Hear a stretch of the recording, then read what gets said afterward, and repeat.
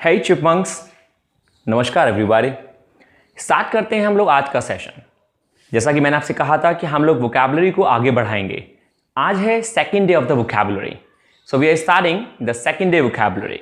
So get ready yourself, we are starting with number 1।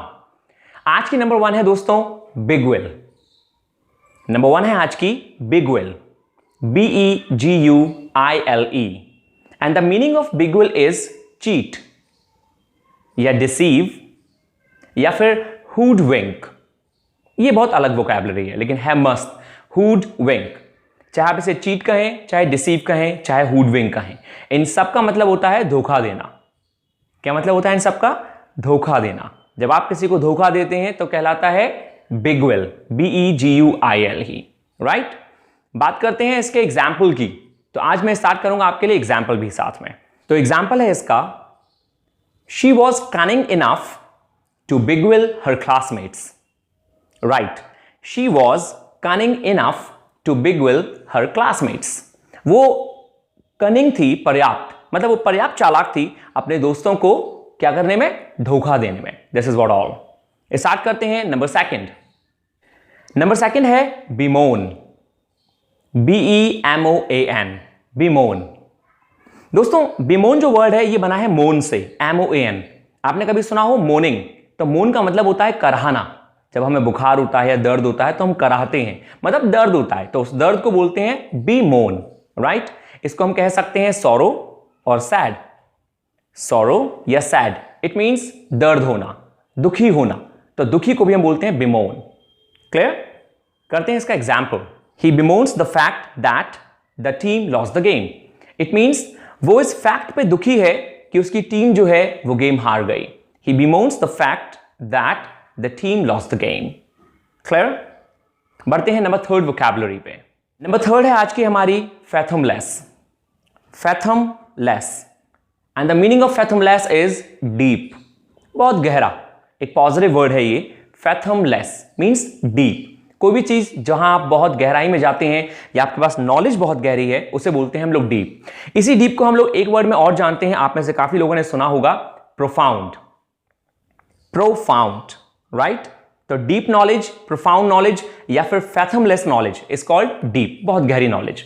करते हैं इसका एग्जाम्पल। तो मैं कह सकता हूं आपसे, इंप्रेस योर टीचर्स और your friends with your profound knowledge, या impress your girlfriend with your profound knowledge. This is what we call profound. Clear? बढ़ते हैं नंबर नेक्स्ट। नंबर 4 है आज की हमारी amnesty. Amnesty, AMNESTY, amnesty. And the meaning of amnesty is pardon, क्षमा करना। Sorry, same. No, मैं आपसे सॉरी नहीं कह रहा, मैंने कहने का मतलब ये था सॉरी या pardon is called amnesty. Now, इसमें थोड़ा ध्यान देना है हमें। एक्चुअल में क्या है, एमनेस्टी का यूज हम सॉरी और पार्डन के प्लेस पे नहीं कर सकते। इसका मीन होता है सॉरी और पार्डन, लेकिन एमनेस्टी जो वर्ड होता है दोस्तों, ये एक पॉलिटिकल वर्ड है, मतलब पॉलिटिशियंस के लिए यूज किया जाता है एक्चुअली। तो इस वर्ड का यूज आप नॉर्मल लाइफ में नहीं कर सकते, लेकिन हाँ, जब कोई पॉलिटिकल पार्टी ने कोई गलती करी या कोई पॉलिटिशियन माफी मांगता है तो वो सॉरी और पार्डन नहीं कहता, तो उस स्टेटमेंट में हम लोग यूज करते हैं एमनेस्टी। आपने अपनी जीए में भी पढ़ा होगा amnesty international, right. Amnesty international जो है एक हेडक्वार्टर है, राइट। तो गाइस ये एमनेस्टी का मीन था, मींस सॉरी। आइए करते हैं इसका सेंटेंस एमनेस्टी का। The government gave amnesty to all the political offenders. Once again, the government gave amnesty to all the political offenders. This is what we call amnesty. Clear? Number 5 है आज की हमारी adjacent. Adjacent, adjacent का means होता है नजदीक, means nearby. Nearby को बोलते हैं एडजेसेंट, बगल वाला। क्लियर? तो सिंपल है एडजेसेंट। करते हैं इसका एग्जाम्पल। एग्जाम्पल में मैं आपको कह सकता हूं, my house is adjacent to the Yamuna river. My house is adjacent to the Yamuna river. This is what we call adjacent. Clear? Number 6 है aggravate. The meaning of aggravate is to provoke someone. Do you understand the meaning of provoke? Of course, you guys know. The meaning of provoke is tantalize. Tantalize. It's a beautiful vocabulary, guys. It's a smart one. Tantalize means किसी को उकसाना या भड़का देना। This is what we call aggravate करना किसी को. Am I clear? So the meaning of aggravate is to tantalize someone. So we can use the example now. In example, I can call that symptoms were aggravated by the alcohol. Once again, the symptoms were aggravated by the alcohol. This is what we can call aggravate. Is it clear? Number 7th है futile. F-U-T-I-L-E. Futile. And the meaning of futile is useless, बेकार, unproductive. जो हमारे काम का नहीं वो futile, या हम किसी के काम के नहीं तो हम भी futile, right guys? तो this is what we call futile. Futile means useless.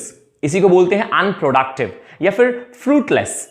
fruit मतलब फल होता है, लेकिन fruit मतलब productive भी होता है, right? तो जब मैंने कहा आपसे fruitless, तो the meaning of fruitless is unproductive. करते हैं इसका example. All the efforts of ours were futile. हमारे सारे एफर्ट्स जो थे वो सब बेकार हो गए, सब बेकार थे. क्लियर? बढ़ते हैं नंबर 8 पे. आज की नंबर 8 वोकैबुलरी है enchantment. Enchantment. ENCHANTMENT. Enchantment. Do you understand the meaning of this one? आपने कभी कभार सुना होगा कुछ मूवीज में, कुछ प्रोग्राम्स में, गिली गिली hocus pocus, somehow like that, some expressions. इसका मीन होता है दोस्तों जादू टोना.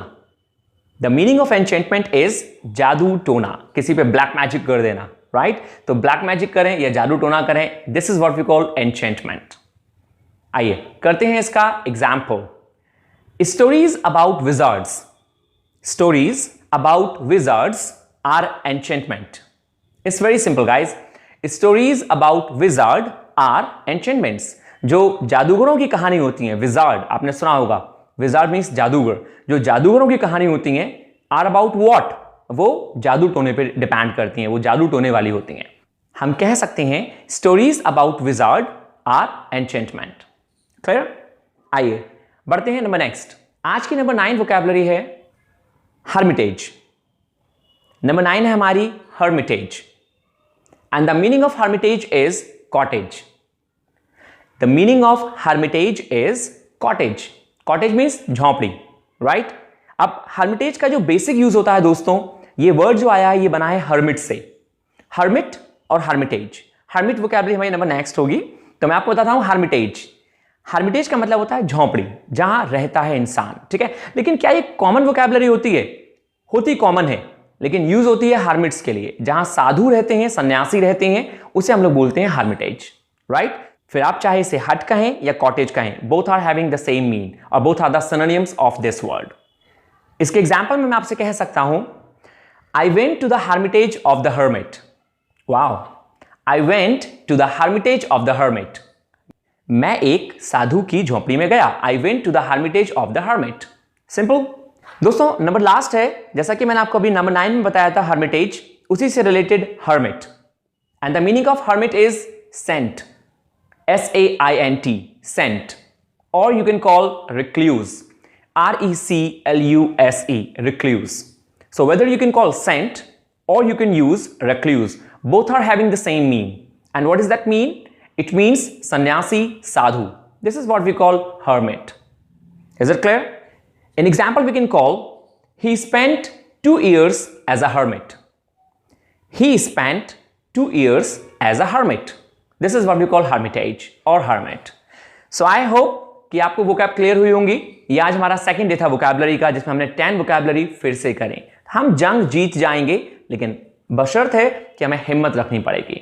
तो मैं आपसे रिक्वेस्ट करूंगा दोस्तों, इन वीडियोस को आप देखते रहें और इनसे सीखते रहें. ये वोकैबुलरीज मैं आपके कंपटीशन के लिए और इंग्लिश स्पीकिंग के लिए, दोनों के लिए लाता रहूंगा. आपको जरूरत है तो पेशेंस की, तो पैशन, पेशेंस एंड परसिस्टेंस. ये पेशेंस आपको एक दिन आपकी जंग जरूर जितवाएगा. नमस्कार.